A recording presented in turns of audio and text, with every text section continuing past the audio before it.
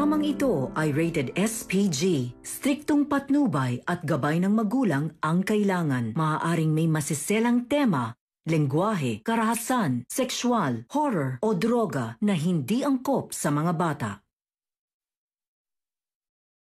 Ang mga kaganapan sa kwento ng Shining Inheritance ay puno ng mga masalimuot na plano at mahihirap na desisyon na naglalantad ng kahinaan at lakas ng bawat karakter.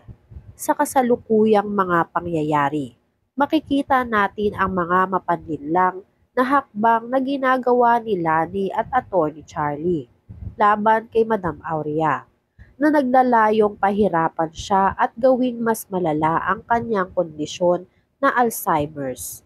Laking gulat ni Madam Aurea nang madama ang mga pagkilos laban sa kanya. Kaya't patuloy siyang umaasa na may mga tao pang magmamahal at mag-aalaga sa kanya. Tulad ng alaala ni Ina na patuloy niyang iniisip sa gitna ng kanyang paghihirap.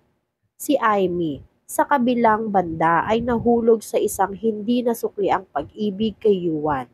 Ang kanyang pagsisiwalat ng nararamdaman ay nagdulot ng matinding kalungkutan nang hindi maibalik ni Yuan ang parehong pagnanasa. Ang pagmamahal na tanging pagkakaibigan lamang ang turing niya ay nagdulot ng sakit kay Amy. Ngunit kahit ito'y isang pagkatalo para sa kanya, nagpatuloy pa rin siya sa pag-asa. Habang nangyayari ang mga personal na pagsubok ng bawat isa, sumik ang isang matinding alitan sa pagitan ni Ina at Joanna. Ang desisyon ni Joanna na ipahiya si Ina at ang hindi pagtupad sa kanilang kasunduan ay humantong sa isang matinding away. Nang mahampasin ni Ina si Joanna ng tray, ang mga galit at pananakit ay tila naging bahagi na ng kanilang araw-araw na buhay.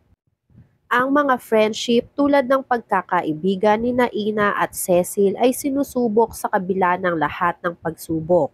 Pinili ni Ina na magpatuloy sa buhay, hindi na makikialam pa kay Joanna at pinili ang respeto sa sarili.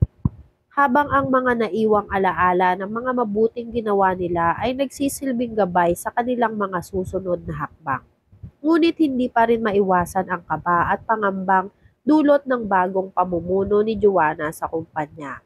Samantala, nagsimula ng magplano sina Lani at Atty. Charlie ng mas matinding hakbang upang makuha ang lahat ng ari-arian ng pamilya de la Costa na pinapalakas ng kanilang mga pansamantalang alyado.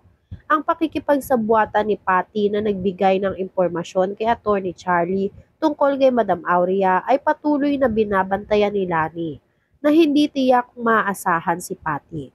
Ngunit sa kabila ng lahat ng plano, patuloy ang pagkabahala ni Lani na baka magbunsod ng pagkabigo ang anumang maling hakbang. Sa huli, ang mga plano ni Atty. Charlie at Lani ay nakataya sa bawat galaw nila at pinapalakas ni Atty. Charlie ang kanyang kontrol sa bawat isa, mula kay Patty hanggang kay Joanna. Habang ang mga pagkatalo, kasinungalingan at betrayal ay lumalabas, may mga karakter tulad ni Ina at Cecil na patuloy na nagsusumikap na magtulungan at magsanib puwersa upang labanan ang mga masasamang balak ng iba. Magiging isang mahirap na laban para kay Ina at sa kanyang kaibigan. Maghihintay tayo kung kailan nila matutumbasan ang mga sakripisyo at pagsubok ng nakaraan upang magtagumpay laban sa mga kasinungalingan at kasamaan na nagsisilbing harang sa kanilang kaligayahan. Abangan ang mga susunod pang kabanata sa Shining Inheritance at patuloy na mag-subscribe at mag-like para sa higit pang kwento at kaguluhan at pag-asa.